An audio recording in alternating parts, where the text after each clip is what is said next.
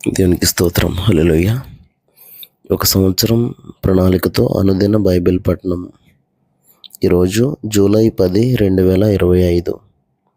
ఈ సంవత్సరంలో ఇది 191వ రోజు.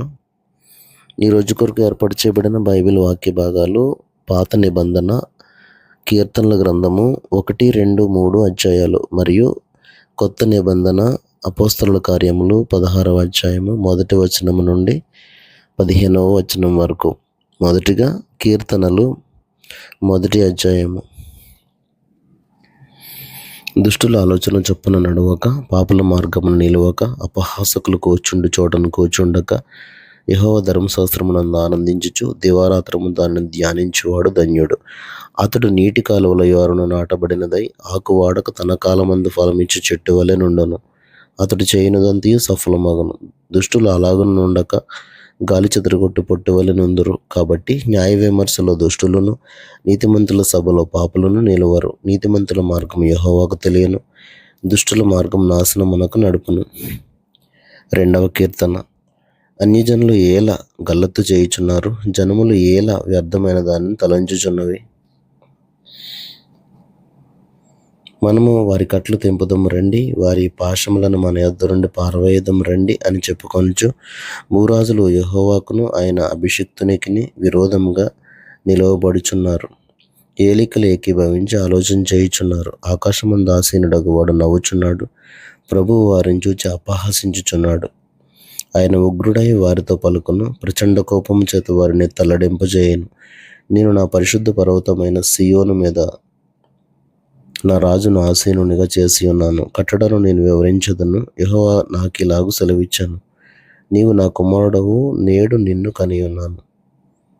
నన్ను అడుగుము, జనములను నీకు స్వాస్థ్యముగాను భూమిని దిగంతముల వరకు సొత్తుగాను ఇచ్చదను. ఇనుపదండంతో నీవు వారిని నలగొట్టెదవు, కుండను పగలగొట్టినట్టు వారిని ముక్క చెక్కలుగా పగలగొట్టెదవు. కాబట్టి రాజులారా వివేకులయ్యుండుడి, భూపతులారా బోధనందుడి. భయభక్తులు కలిగి యెహోవాను సేవించుడి, గడగడ వణుకుచు సంతోషించుడి. ఆయన కోపం త్వరగా రవులుకొనును. కుమారుని ముద్దు పెట్టుకొనుడి, లేని ఎడల ఆయన కోపించును. అప్పుడు మీరు త్రోవ తప్పి నశించెదరు. ఆయనను ఆశ్రయించు వారందరూ ధన్యులు. 3వ కీర్తన. యెహోవా, నన్ను బాధించువారు ఎంతో విస్తరించి ఉన్నారు, నా మీదకి లేచేవారు అనేకులు. దేవుని వలన అతనికి రక్షణ ఏమీ దొరకదని నన్ను గూర్చి చెప్పువారు అనేకులు. యెహోవా, నీవే నాకు కేడముగాను, నీవే నాకు అతిశయాస్పదముగాను, నా తల ఎత్తువాడవుగాను ఉన్నావు. ఎలుగెత్తి నేను యెహోవాను మొరపెట్టినప్పుడు ఆయన తన పరిశుద్ధ పర్వతం నుండి నాకు ఉత్తరం ఇచ్చెను. యెహోవా నాకు ఆధారము కావున నేను పండుకొని నిద్రపోయి మేల్కొంటిని. 10,000 మంది దండిత నా మీదకి వచ్చి మోహరించినను నేను భయపడను. యెహోవా, లెమ్ము, నా దేవా, నన్ను రక్షింపుము. నా శత్రువులందరినీ దవడ ఎముక మీద కొట్టువాడవు నీవే, దుష్టుల పళ్ళు విరగ్గొట్టువాడవు నీవే. రక్షణ యెహోవాది, నీ ప్రజల మీదకి నీ ఆశీర్వాదము వచ్చునుగాక.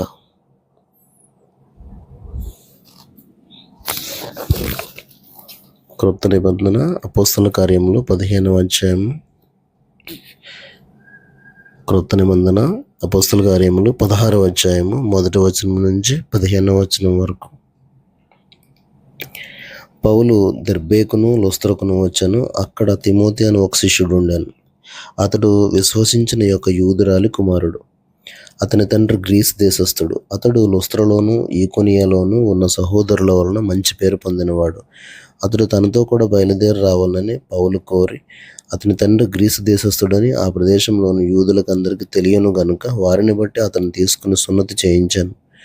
వారు ఆయా పట్టణముల ద్వారా వెలుచు యెరూషలేములోనున్న అపోస్తలులను పెద్దలను నిర్ణయించిన విధులను గైకొనుటకు వాటిని వారికి అప్పగించిరి. గనుక సంఘములు విశ్వాసమందు స్థిరపడి అనుదినము లెక్కకు విస్తరించుచుండెను. ఆసియాలో వాక్యం చెప్పకూడదని పరిశుద్ధాత్మ వారిని ఆటంకపరిచినందున వారు ఫ్రుగియా, గలతీయ ప్రదేశముల ద్వారా వెళ్ళిరి. మూసియా దగ్గరికి వచ్చి బితూనియకు వెళ్ళుటకు ప్రయత్నం చేసిరి, గాని యేసు యొక్క ఆత్మ వారిని వెళ్ళనీయలేదు. అంతట వారు మూసియాను దాటిపోయి త్రోయకు వచ్చిరి. అప్పుడు మాసిదోనియా దేశస్థుడు ఒకడు నిలిచి, నీవు మాసిదోనియాకు వచ్చి మాకు సహాయం చేయమని తనను వేడుకొనుచున్నట్టు రాత్రి వేళ పౌలునకు దర్శనం కలిగాను. అతనికి ఆ దర్శనం కలిగినప్పుడు వారికి సువార్త ప్రకటించుటకు దేవుడు మమ్మల్ని పిలిచి ఉన్నాడని మేము నిశ్చయించుకుని వెంటనే మాసిదోనియాకు బయలుదేరుటకు యత్నము చేసితిమి. కాబట్టి మేము త్రోయను విడిచి ఓడ ఎక్కి తిన్నగా సముద్ర కేకును మరునాడు నెయ్యపొలికిని అక్కడ నుండి ఫిలిప్పీకిని వచ్చితిమి.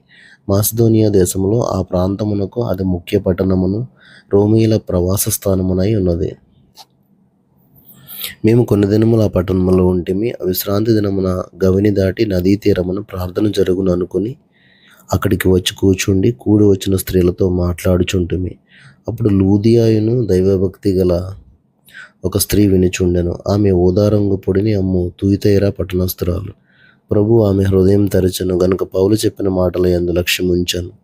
ఆమెయు ఆమె ఇంటి వారిని బాప్తిస్మం పొందినప్పుడు ఆమె, నేను ప్రభువునందు విశ్వాసం గల దానని మీరు ఎంచితే నా ఇంటికి వచ్చి ఉండుడని వేడుకొని మమ్మును బలవంతం చేశాను.